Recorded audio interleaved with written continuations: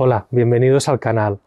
Hace un tiempo hicimos un vídeo explicándoos algunas de las virtudes de cultivar en bancales elevados.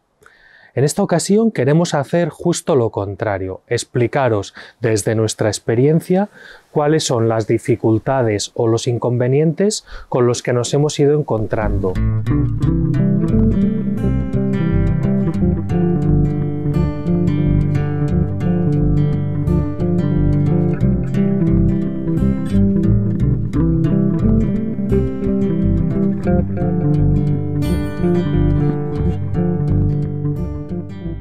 El primer inconveniente que puede tener este tipo de cultivos es el precio. El coste de fabricarnos o comprar directamente bancales elevados es considerable. Estos que tenemos nosotros, los de tamaño más habitual, que puede ser 1,20 m de ancho por 3 metros y poco de largo, cada uno de estos nos ha costado a nosotros entre 70 y 80 euros.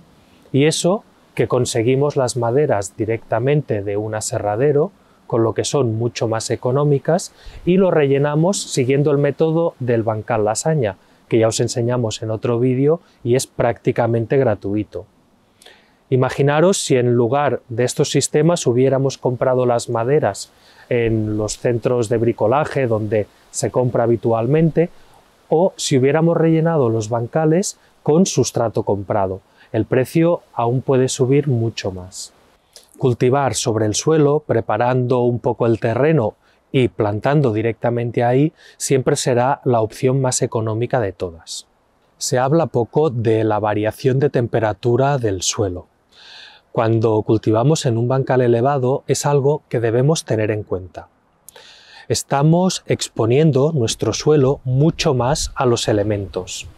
Además, al elevarlo del suelo, en cierta manera minimizamos el contacto con este, va a tener menos superficie directamente en contacto con el suelo.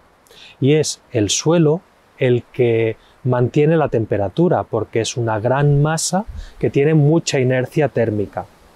Siempre un bancal elevado va a variar mucho más rápido la temperatura que si cultivamos en el suelo. En otoño, cuando se acerca el invierno, eso puede jugar en nuestra contra. La temperatura del suelo, como ahora nos sucede, desciende más rápidamente. En cambio, en primavera, cuando otra vez las cosas empiezan a calentarse y el suelo sube de temperatura, en nuestro bancal elevado ese proceso va a suceder mucho más rápido que si estuviéramos plantando en el suelo directamente. En lugares muy fríos, puede verse como un bancal elevado se congela unos días antes que el resto del huerto si éste está en el suelo directamente. Además, un bancal, cuanto más grande sea su tamaño, más va a mantener esa inercia térmica, y los bancales más pequeños sufren este efecto de forma aún más acusada. Un huerto con bancales elevados no solo va a costarnos más dinero, en un inicio al menos, sino que también nos va a costar más trabajo. Estos bancales, si decidimos construirlos, habrá que diseñarlos y pensar muy bien el lugar y la forma que van a tener estos. Además tendremos que ir a comprar los materiales y la construcción nos va a llevar bastante trabajo. Nosotros, para estos bancales del huerto, estuvimos trabajando bastantes meses.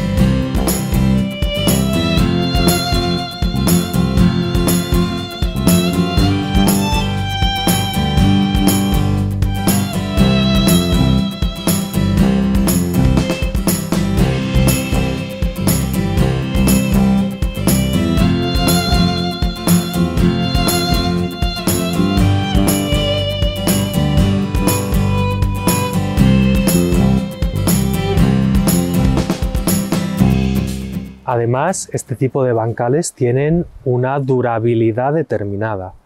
Evidentemente, si los construís de obra, de piedra, pues os van a durar más años.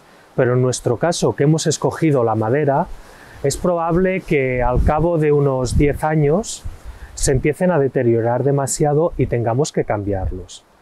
Yo calculo esos 10 años, pero para ello la madera la hemos tratado y la mantenemos cada año, y además tenemos un grueso de cada tabla muy considerable. Nuestro clima es relativamente favorable porque es bastante seco. En otros lugares un bancal de madera puede durar aún menos. Por aquí detrás tengo una muestra de cómo va deteriorándose la madera. Ha crecido un hongo en uno de los bancales, que es una señal inequívoca que este material sigue su curso, va descomponiéndose conforme pasa el tiempo. Todos los bancales elevados, sean del material que sean, requieren de un mantenimiento, y eso también tenemos que tenerlo en cuenta. Para empezar, lo primero es rellenarlos. Si tenéis bancales elevados, veréis que temporada tras temporada el nivel del sustrato va disminuyendo. Eso se da por distintos motivos. La descomposición de la materia orgánica, la compactación del suelo, la mineralización, y tenemos que ir rellenando con sustrato, con compost o con lo que hayamos escogido. Pero además, todo bancal va a tener un mantenimiento exterior. Si lo hacéis de obra, a lo mejor requiere pintarlos o mantener pequeñas grietas que vayan apareciendo. Estos de madera, sin duda, deben ser de los materiales que más mantenimiento requieren. Nosotros, una vez al año, aplicamos una capa de nogalina para que la madera no se vuelva de color gris con el tiempo, y además una capa de aceite de linaza, que es nuestro protector ecológico para los bancales. Entre un bancal y el siguiente se generan estos espacios de pasillo entre medio. También hay que ocuparnos de ellos. Lo que yo os recomiendo es acolcharlos. Así que deberéis proveeros de bastante material para cubrir todo este terreno. Pensad que si un bancal tiene 90 o 120 centímetros de ancho, que es lo más habitual, entre medio vais a tener que dejar mínimo 40 centímetros para poder pasar. Incluso si dejáis un poco más vais a trabajar más cómodos. O si queréis entrar con carretillas, el mínimo ya serían 60 centímetros. Ya veis que cada 90 o 120 centímetros dejar 40-60 es bastante espacio sin cultivo del que también hay que ocuparse. Elevar a algunos cultivos es una opción muy cómoda para trabajar en ellos, pero con otros puede jugar en nuestra contra. En estos bancales de aquí, la temporada anterior, plantamos tomates. Y a la que crecieron un poco las plantas, nos encontramos que entre 60 centímetros de altura a la que empezaba el cultivo y el 1,80 m, 2 metros que llegaron a alcanzar las plantas, hizo que al final tuviéramos que cosechar los tomates subidos en una escalera. Y las tomateras pueden ser plantas bastante productivas, con lo que a diario teníamos que estar subiéndonos a una escalera, no era nada práctico. Lo mismo sucedería con otros cultivos. Entonces conviene tener bancales de distintas alturas para adaptarlos a las diferentes alturas de las plantas también. Pero eso nos va a condicionar la distribución de los cultivos en el huerto. Siempre os recomendamos instalar sistemas de riego fijo y automático en vuestros huertos. Son económicos, son fáciles de instalar, pero la verdad es que si tenemos bancales elevados, la cosa se complica un poco. Y es que los tubos van a tener que subir a un bancal y bajar al siguiente. Eso provoca que tengamos más codos, más conexiones, y al final todos esos elementos restan presión del sistema.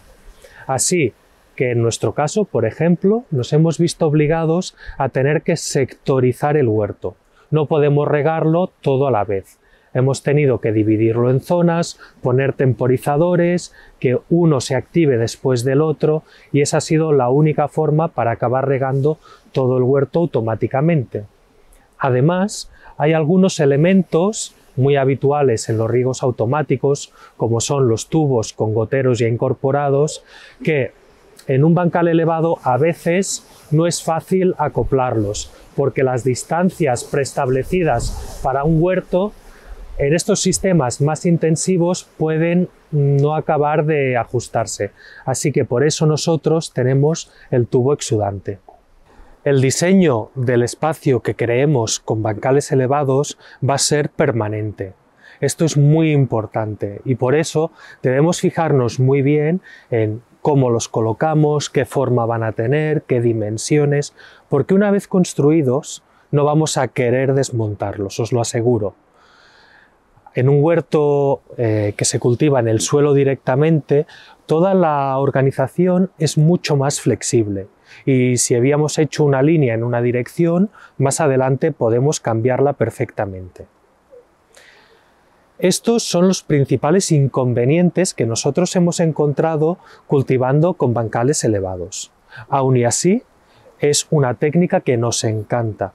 Estamos muy contentos de haber hecho estos bancales y haber organizado así nuestro huerto. El suelo tiene una calidad inmejorable, cultivamos muy junto. No tenemos problemas con hierbas silvestres y muchas otras ventajas.